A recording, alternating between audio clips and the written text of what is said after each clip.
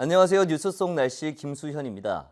올해도 어김없이 장마가 찾아왔습니다. 기상청은 올해 장마는 지난해와 같이 마른 장마가 되지는 않을 것이다. 이렇게 전망을 했습니다. 일단 다행이라는 생각이 드는데요. 하지만 아직 중부지방에는 시원한 장맛비가 쏟아진 날이 별로 없습니다. 앞으로의 장마 전망과 관련된 생활정보, YTN 차윤희 기상캐스터와 함께 이야기 나눠보도록 하겠습니다. 안녕하세요. 네, 안녕하세요. 네.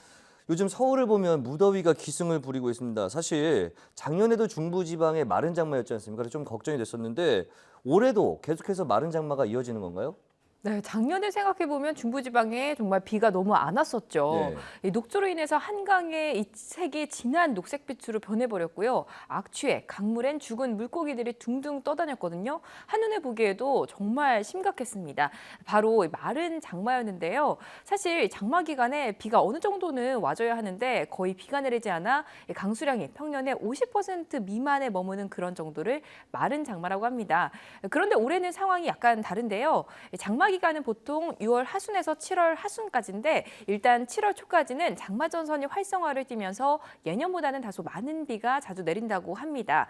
이후 7월 중순까지는 소강 상태를 보이는 날이 많겠지만 장마가 끝나는 시기에 또 전국적으로 많은 비를 뿌릴 가능성은 있습니다.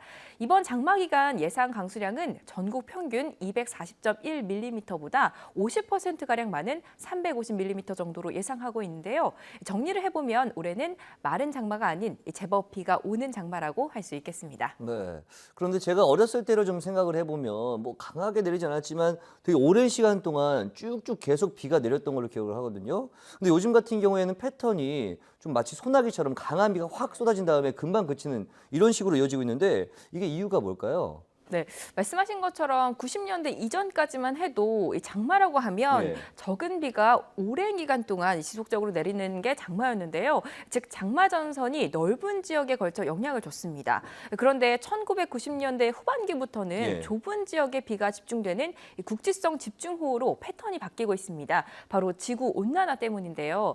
따라서 올해도 국지성 호우가 잦은 장마비가 내릴 것으로 전망하고 있습니다.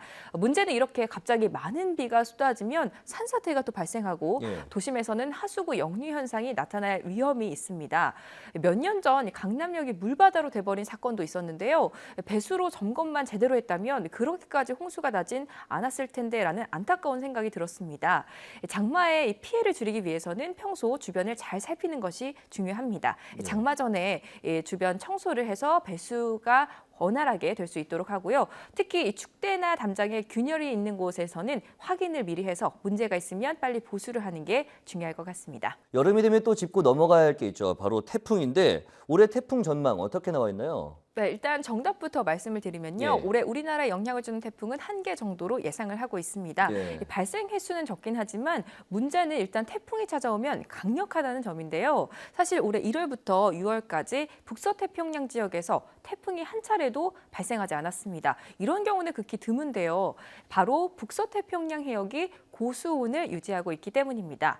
이런 와중에 바로 라니냐의 영향으로 태풍의 진로가 바뀌게 됩니다. 이 라니냐는 열대 동태평양과 중태평양의 해수면 온도가 낮아지는 현상인데요. 이 진로가 바뀌게 되면 태풍이 발생해서 우리나라에 오는 시기가 굉장히 빨라지고요. 최근 경향을 고려한다면 강력한 태풍이 될 수 있다고 보고 있습니다. 올해도 엘니뇨 뒤 라니냐가 나타나게 되면서 장마 뒤 국지성 호우, 게릴라성 호우가 나타나는 가능성이 많은 상황입니다. 네, 그렇군요. 또 이 장마철이 되면은 괜히 좀 팔다리가 쑤신다, 우울해진다 이렇게 말씀하시는 분들 많은데 이게 사실 이 장마와 관련이 있는 건가요?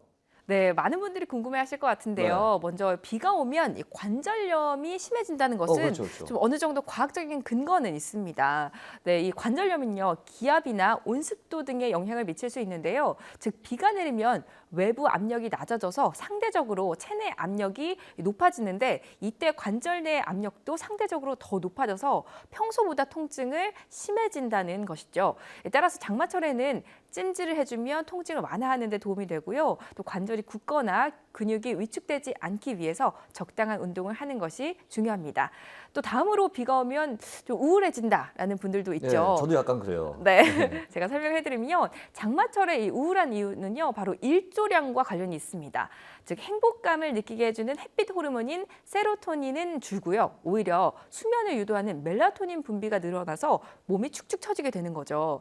이 장마철 우울증을 예방하기 위해서는 규칙적인 생활을 통해 생체 리듬을 지키는 게 좋습니다. 또 기온과 습도를 낮춰 불쾌지수를 줄여주는 것도 중요합니다. 네, 장마철은 습도가 높기 때문에 건강 관리도 좀 중요할 것 같은데 장마철 습도 관리법 어떤 것들이 있을까요? 네, 이 습한 날씨에 몸도 마음도 지치게 되는 요즘인데요. 네. 이 습기 관리를 제대로 못하면 곰팡이와 세균이 번식해서 건강에 적신호가 켜집니다.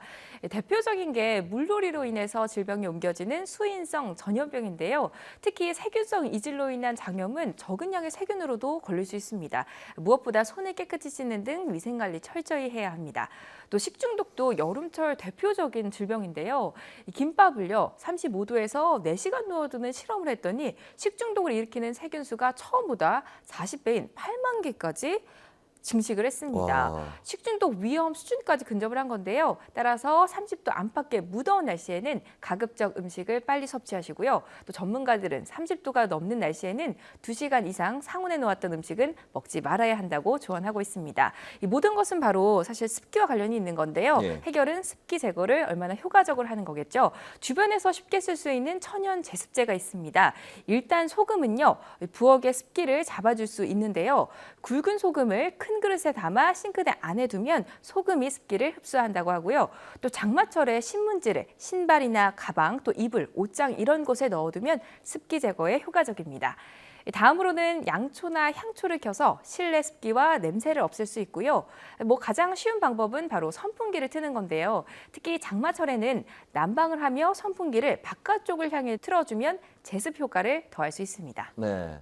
더위 얘기를 좀 하고 있다 보니까 생각나는 게 이열치열이라고 하잖아요. 사실 그래서 많은 분들이 뜨거운 음식을 먹으면서 더위를 이긴다 뭐 이렇게 하는데 제가 듣기로는 잘못하면 이게 오히려 건강 해칠 수 있다고 해요. 어떻습니까? 네, 맞습니다. 뜨거운 음식을 즐기는 한국인의 경우에는 네. 더욱 귀 기울여서 좀 들으시면 참고하실 수 있을 것 같은데요. 예. 이 논란이 많았던 사실 이 커피를 발암 물질에서 제외한 반면 이 세계보건기구가 섭씨 65도 이상의 뜨거운 음료를 발암 물질로 추가를 했습니다. 와. 이 국제 발암암 연구소는요, 발암 물질을 크게 4군으로 분류하고 있는데요. 일단 1군에서 2군은 인간에게 암을 일으킬 수 있는 물질인 반면 3군에서 4군은 인간에게 암을 일으킨다는 증거가 없거나 오히려 암을 일으키지 않을 가능성이 높은 물질입니다.